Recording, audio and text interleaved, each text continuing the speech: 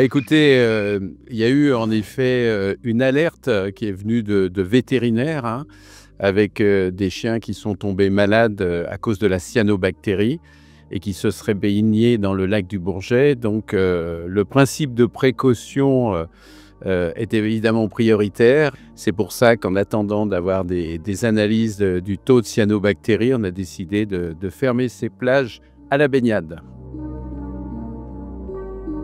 Pour le lac du Bourget, il faut savoir une chose, que c'est pour la communauté scientifique en France, c'est un lac de référence. Il est très très étudié pour le phénomène de prolifération des cyanobactéries. Donc les cyanobactéries, vous voyez dans le titre, il faut bien savoir que c'est des micro-organismes qui sont essentiels et normaux.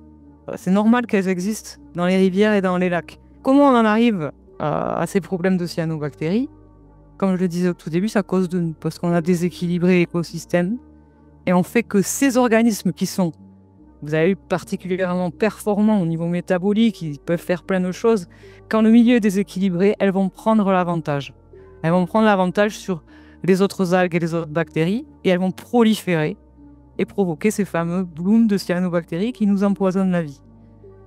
Et ce qui est caractéristique, c'est qu'elles vont proliférer au fond et au bout d'un moment, comme il y a très peu d'oxygène au fond du lac, il y a des gaz de fermentation qui se forment, parce qu'il n'y a pas que ces bactéries, il y en a d'autres, et ça va faire flocculer le biofilm. Et donc il va arriver en surface, et ces flocs vont ensuite se disperser au gré des courants et venir s'accumuler là où il y a des enrochements, là où il y a de l'eau stagnante. Et c'est ça qui est terrible pour les chiens. Donc voilà, ce fléau, il est récurrent, on le voit chaque été. Et j'ai mis chaque été, je pourrais mettre et chaque automne. Hein, plus ça va, plus on voit que ça dure dans le temps et que ça s'étale jusqu'à la période automnale.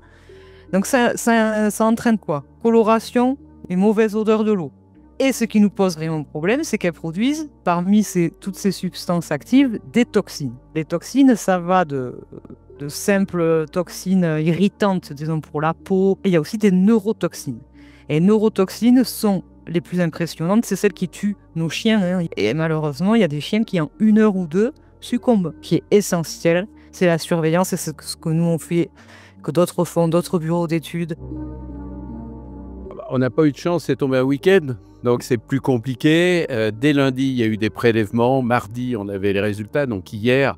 Donc, c'est allé quand même relativement vite et on s'est aperçu très vite que les taux de cyanobactéries qui ont été prélevés sur ces plages, mais aussi dans le nord du lac, et tous les taux se sont révélés être tout à fait raisonnables et sans problème. Oui, sur le coup, ça nous a inquiétés, mais après, on s'est renseigné et on allait dans des endroits où il n'y avait pas trop d'algues qui stationnaient, en fait.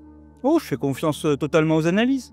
On est vraiment dans la surveillance, hein. Il n'est pas question de laisser des personnes se baigner dans un lac qui ne serait pas de bonne qualité. Et donc les contrôles sont évidemment fréquents, sauf que là, il y avait une urgence, hein, puisqu'il y avait quand même une suspicion. Il fallait lever évidemment la suspicion, donc c'est fait. Et tout le monde va pouvoir profiter de la baignade sur l'ensemble de nos plages. Et du nautisme aussi, profiter du lac du Bourget avec cette canicule, c'est plutôt une bonne nouvelle.